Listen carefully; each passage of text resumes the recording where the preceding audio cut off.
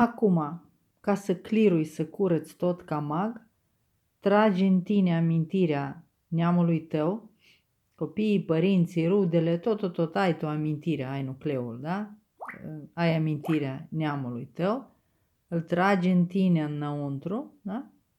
Și în afară înțelegi cum stau lucrurile.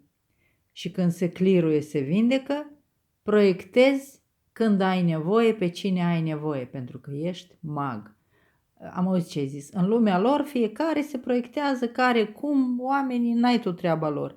Tu, din punctul tău de vedere, personalizat, ancorezi lumea ta superbă. Și ca să o clirui, trebuie să începi de la tine, de la neamul tău. Da? Tragi în tine un fel de te înghit ca pe făt frumos și te scui pe afară o dată sau de 2 ori. Să fii și mai frumos. Îi spui neamului tău, da? Român.